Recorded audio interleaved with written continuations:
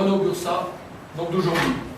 Une nouvelle fois, les salariés de Renault-Bursa ont saisi la CGT Renault et sa fédération pour leur faire part des atteintes à la déclaration de l'Organisation internationale du travail, l'OIT, de 1998, relative aux principes et les droits fondamentaux au travail, au sein de l'usine de Bursa Oyak Renault.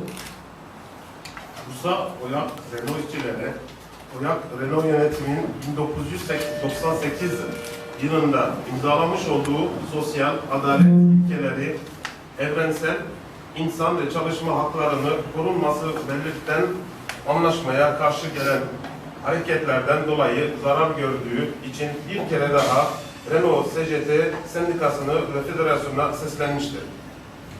En 2012 et 2013, et à partir d'éléments factuels, la CGT Renault a déjà interpellé la direction générale de Renault et Carlos Ghosn lui-même sur les pressions, les intimidations et licenciements à l'encontre des salariés pour ne pas permettre l'implantation d'une autre organisation syndicale au sein de l'usine de Bursa Oyak Renault et ses sous-traitants. Oyak Renault ve taşeronlarından yeni bir sendikal kurulun düzenlenmesine ve kurulmasına karşı işçilere uygulanan baskıdan ve tehditlerden dolayı daha önce Renault CGT sendikası olarak 2012 ve 2013 senelerinde Renault Genel Müdürlüğü'nü uyardı ve aynı zamanda Carlos Ghosn bu durumu şahsen bildirmiştik. En 2012, la direction générale de Renault s'est contentée de répondre que c'est dans le cadre du dialogue social local que peuvent être apportées les réponses aux questions posées. Manifestement, la direction locale de l'usine de Bursa Oyak Renault ne doit toujours pas comprendre ce que devrait être le dialogue et la négociation collective. 2012 yılında Renault Genel Yönetiminden aldığımız cevap şu şekildeydi. Sorulan sorulara cevaplara yerel sosyal konuşma çerçevesinde elde edebiliriz. Anlaşılan şu ki Bursa yönetimi toplumsal diyalogun ve müzakerenin ne olduğunu hala anlamış değil. Or, en juillet 2013, la direction générale de Renault, le comité de groupe de Renault et Industriol ont négocié et signé un accord cadre de responsabilité sociale, sociétale et environnementale.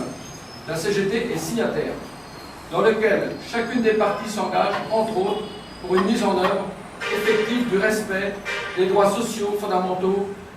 Ils affirment leur volonté de promouvoir le développement durable et s'engagent conjointement sur 5 axes d'action majeure. Halbuki Temmuz 2013 ayında Renault Genel Yönetimi, Renault Grup Komitesi ve Endüstriyol arasında sosyal, toplumsal ve çevresel sorumlulukları ele alan bir anlaşmaya imza atmıştır. Bu anlaşma çerçevesinde her kurum temel sosyal haklarına saygı duyacağını belirtmiştir. Sürdürülebilir gelişimi destekleme isteğini dile getirdikleri bu anlaşma genel olarak 5 noktadan oluşmaktadır. Le respect des droits sociaux fondamentaux, la responsabilité sociale vis-à-vis des salariés, la responsabilité sociétale dans les territoires où le groupe Renault est implanté, les relations avec les fournisseurs et sous-traitants, la préservation de la planète à travers la réduction de l'empreinte environnementale. Temel sosyal haklarına saygı, çalışanlara yönelik sosyal sorumluluk, Renault Grupu'nun mevcut olduğu alanlarda sosyal sorumluluk, tedarikçiler ve taşeronlar ile ilişkiler, çevresel izin azaltılmasına sayesinde gezegenin korunması. Lors de la séance du comité de groupe de Renault le 2 juillet 2013, précédant la signature de cet accord, la CGT a interrogé Carlos Ghosn sur l'effectivité de cet accord au sein de l'usine de Bursa, Oyak Renault, et notamment à partir des événements de 2012 déjà évoqués et de ceux survenus en 2013, événements qui ont donné lieu à des licenciements pourtant jugés illégaux par la justice turque. Bu anlaşmanın imzalanmasından önce yani 2 Temmuz 2013 tarihinde düzenlenen Renault Grup Komitesi oturum sırasında CGT olarak bu anlaşmanın Renault Bursa'da uygulanabilirliğini Carlos Ghosn'a sormuştur.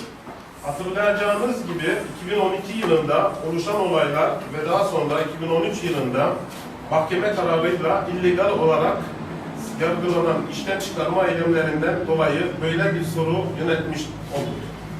À cet égard, et au-delà du non-respect des conventions de l'Organisation internationale du travail, la CGT lui a rappelé un extrait de la déclaration de Philadelphie de mai 1944 et reprise par les Nations Unies.